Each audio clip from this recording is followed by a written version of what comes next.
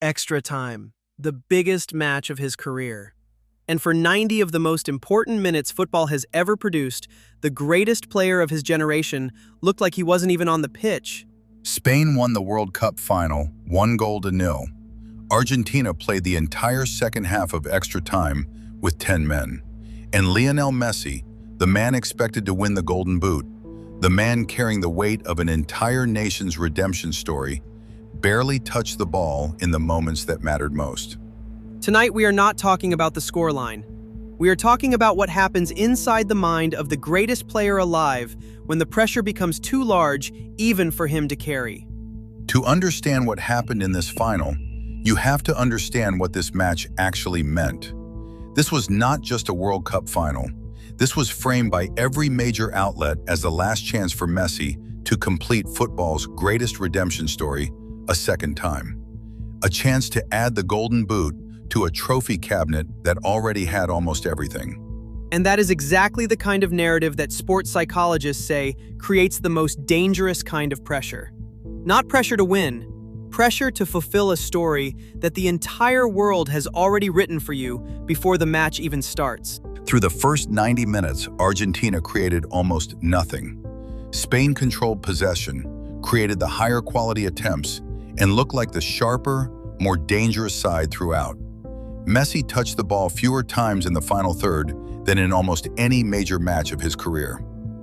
This is the part that should genuinely concern anyone studying elite performance psychology.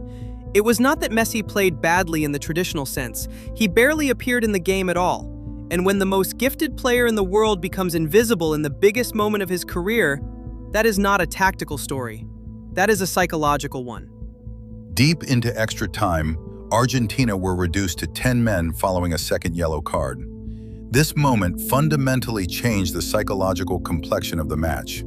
A team already struggling to create chances now had to defend with a numerical disadvantage against a Spanish side growing in confidence. Here is what almost nobody talks about when a team goes down to 10 men in a final like this. It is not just a tactical problem, it becomes a psychological cascade. Every remaining player has to simultaneously do more physical work, process the fear of losing, and manage the emotional weight of a teammate's mistake. Cortisol levels in these situations have been measured by sports scientists to spike dramatically across an entire squad, not just the player who was sent off. In the final minutes before the match would have gone to penalties, Spain found the breakthrough. One goal, the only goal of the match. It arrived at the moment Argentina's 10 men had given everything they physically had left to give. Think about the cruelty of the timing here. Not in the first half, not in normal time. In the dying embers of extra time against a tired, outnumbered opponent, at the exact moment psychological and physical exhaustion peaks. This is not luck. This is precisely when football's biggest moments tend to happen, because this is exactly when the human body and mind are at their most vulnerable. This is the part of the story that deserves real examination, not mockery.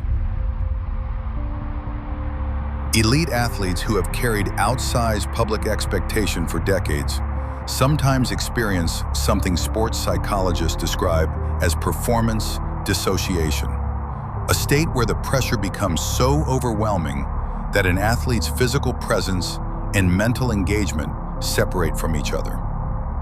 In plain language, sometimes the body is on the pitch and the mind has already left. This is not weakness.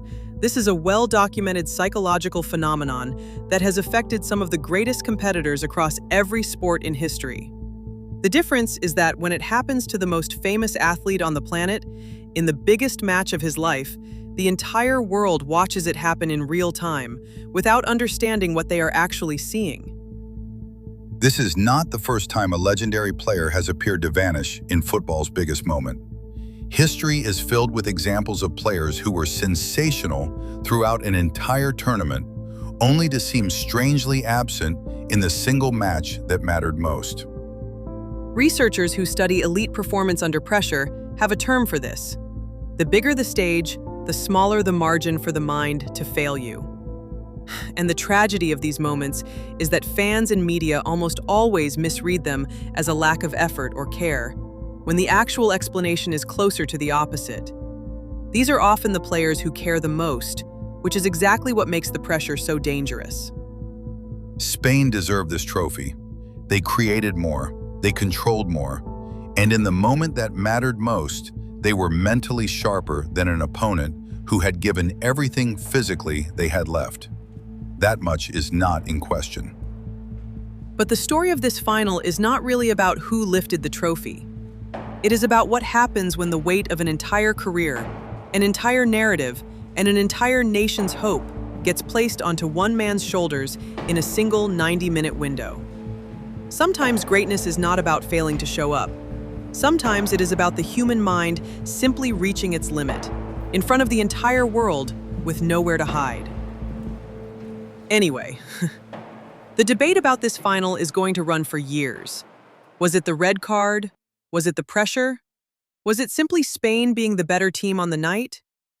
We are going to keep breaking down every angle of this tournament all week. Subscribe, because this conversation is not over, and neither are we.